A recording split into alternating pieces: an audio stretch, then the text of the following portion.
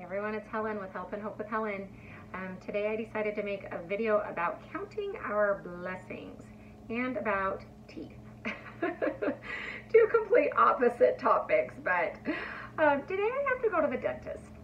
So I woke up this morning already in a funky wonky mood because I didn't want to go to the dentist. Who does? Who likes to go to the dentist? I don't know anybody who does. I mean, I guess maybe when we were little we liked to go to the dentist because we would get to pick a little toy out of the little like treasure chest or, you know, and they'd make it fun.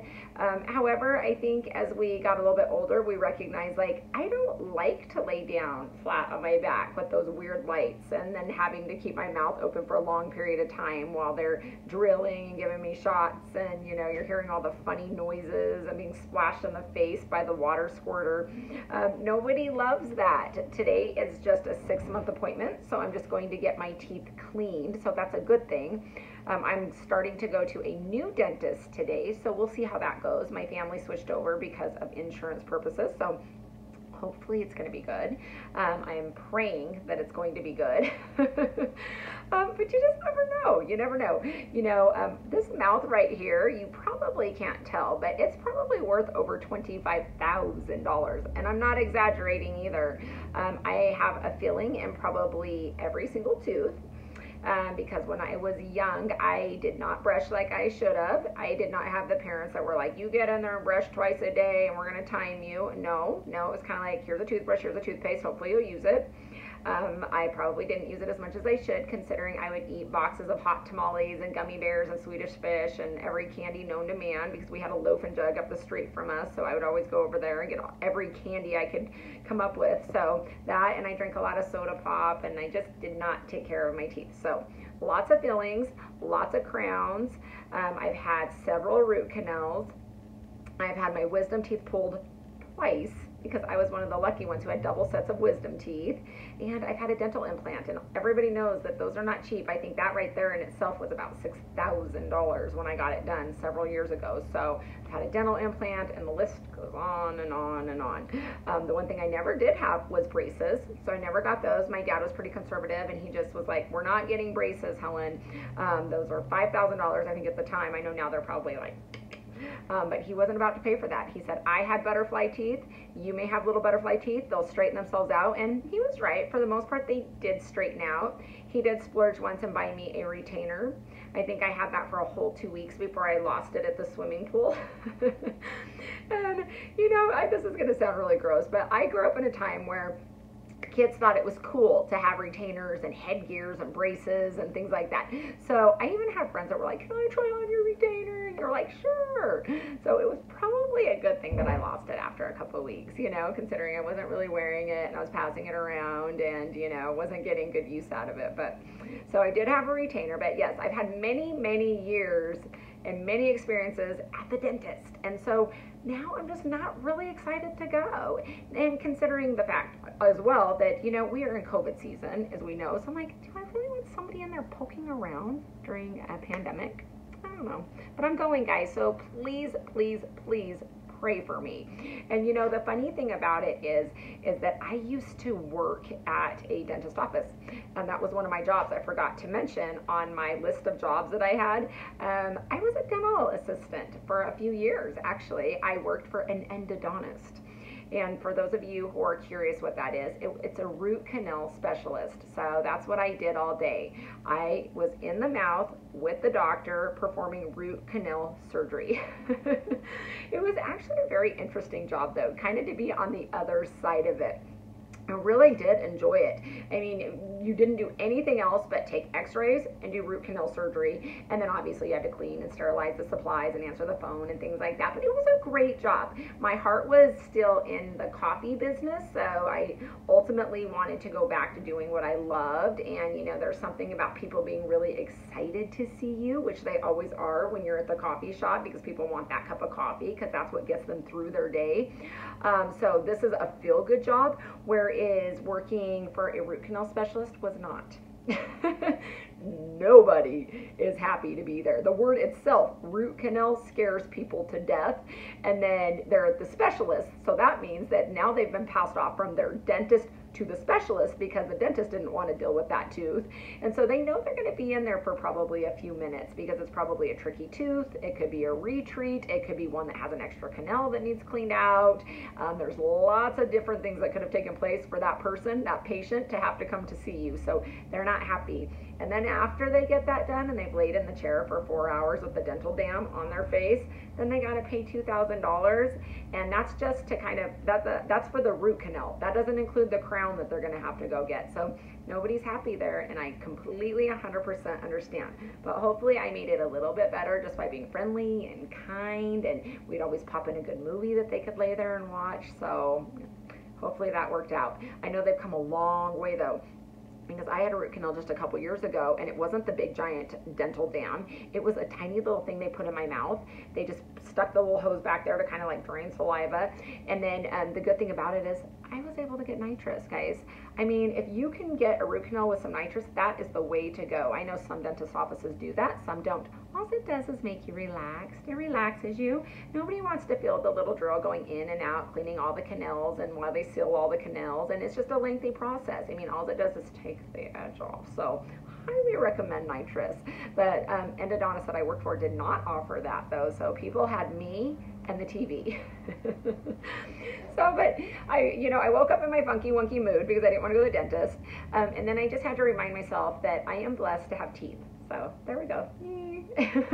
I'm blessed for these things. We've got to start counting our blessings, everyone. It's just like, that's what I thought. I'm like, Helen, you have your teeth. Thank you, Jesus. And they're still working. They're not breaking apart. They're not falling out yet.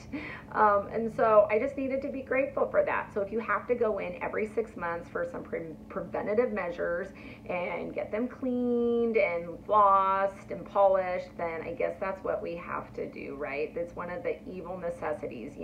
I was reading an article, it was years ago, but they talked about that is a way a lot of people used to pass away, is because they would lose their teeth. They would either lose their teeth or they'd end up with like tooth infections, and that would actually kill them. So I mean, really keeping like really good hygiene is super duper important.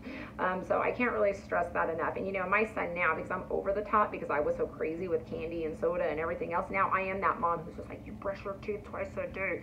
He's only had one little tiny baby cavity. He's 14 now, but now he's not wanting to brush. It's like once a day, and I have to literally force him to, and I'm just like, what is this? He'll know once he gets his first root canal. He's like, I don't want this. So he's been kind of spoiled. He doesn't know what I'm talking about yet. But anyways, I'm blessed to have teeth. So I just wanted to count my blessings today. I got my blessing fridge behind me. There's so many things to be, just happy about being in 2021 and the new year. And I'm trying to focus on the good, even though this morning I woke up and I was just like, what day is it? Is it Tuesday? Is it Wednesday? Because we're coming out of a holiday week. And, it sort of felt like Groundhog Day. You know what I mean? The same day over and over and over and over again. I was kind of like, I don't want to do this. But I had to get up and I had to just say, thank you, God. Thank you for like good health. I'm always grateful for good health, and I'm so grateful for his provision and just how he sustains us and protects us. And I know we're in a new year, but still there's a lot of things that are kind of still lingering around. And it's so funny that, because here down at the coffee shop, I was talking about one of my last videos, that people come down and they're on these crazy diets usually after the new year. Not this year, guys. Not at all, actually. In fact, people are asking for extra sugar, extra this. Let's do a bagel, extra cream cheese. Nobody's on a diet, because I think people are like, after the year I just had, the last thing you're going to do is put me on a diet. Nobody's wanting it. It's like, nope, we're good here. I'm going to eat that, and I'm going to drink that, and thank you so much. I love it though. You got to choose what's right for you. It's something different. It's something new. But I just think we need to remember, in the midst of everything, because I know right now things are kind of still getting cray. Things are still kind of crazy out there. We all know it. We all feel it. That God says, I'm in control, guys. I'm in control. And so I just wanted to point out a couple scriptures. Maybe this will kind of brighten your day. Hopefully it does. But God tells you right here. I have it on the fridge. Hold on. Let's go. Where are you? Well, it's somewhere. He just says, "For I know the plans I have for you, declares the Lord. I have plans to prosper you and not harm you, to give you hope in a future." So he's promising, like, I know the plans I have for you. I'm going to prosper you. I'm going to give you hope. I'm going to give you a future. And I just think we need to just lean on that. So even though it may feel like our world is falling apart and everything we know is falling apart, I actually sometimes like to think it's just falling together, you know, and it may not feel like it because we already know right now things are painful and they're hard and we're hurting. But he does declare that, you know what, I have plans for you, good plans. So maybe just kind of taking that like second to say, okay, I'm going to trust you, even though this really stinks right now. I know you have really good plans, because in God he's light and there's no darkness in him at all. I mean, we already know that. And even though you may feel that way, like sometimes like, where are you or what's going on? He's here. He's in the midst of it. He's blessing us. He's got great plans for us. And so I do want to lean on that promise today. Like, okay, God, I know you're here. I know you're in the midst of everything. And I know that you've got great plans for me, because that does give me hope. And then one last one. It's one of my favorites. It's called Kings 25. And it just says that, like, hold on, I'm going to find this one for you. I know it's on here because I just read it. Oh, okay, good. God hears our prayers and he sees our tears and he heals us. So he's saying, I hear you, I'm seeing all of your tears, and I'm going to heal you. And I just think that that's really, like, for me, that got me through a lot of years when I was dealing with a lot of my sicknesses and everything that was going on. Like, he hears my prayers, he sees my tears, and it's a promise. He's like, I'm going to heal you, I'm going to restore you. And you guys, he healed me. He really healed me.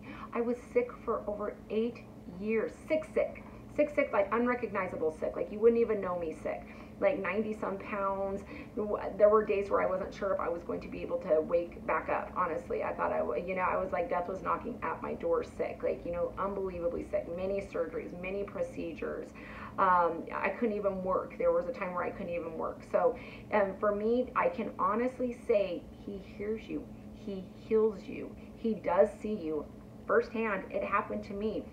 And so don't get discouraged and don't give up. Never give up. Never, ever, ever give up, because I can guarantee you I'm sitting here today and I'm not 90-some pounds. I'm healthy. I'm whole. He listens. He helps you. He gets you through things, glory to glory to glory. So little by little, he's there to help you. And he was there with me the whole entire time, whether it was through my endometriosis, whether it was through my GERD, whether it was through my, hysterectomy. I had a knee fundoplication because of my acid reflux surgery.